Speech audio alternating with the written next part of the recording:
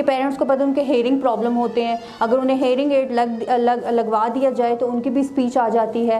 अच्छा, बहुत से जो साइकोलॉजिकल डिसऑर्डर्स के साथ हैं, लाइक अगर उनमें कुछ बिहेवियर इश्यूज़ हैं तो बिहेवियर थेरेपी के बाद जो है उनकी कॉग्निशन अच्छी होना शुरू हो जाती है और इन बच्चों में भी स्पीच थेरेपी आ जाती है। सो 80 to 90% चांस होते हैं कि इन बच्चों की स्पीच थेरेपी आ जाए।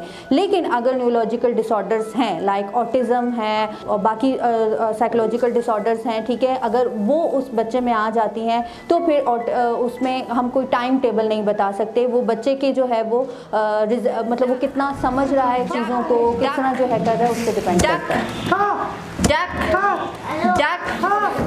ओके,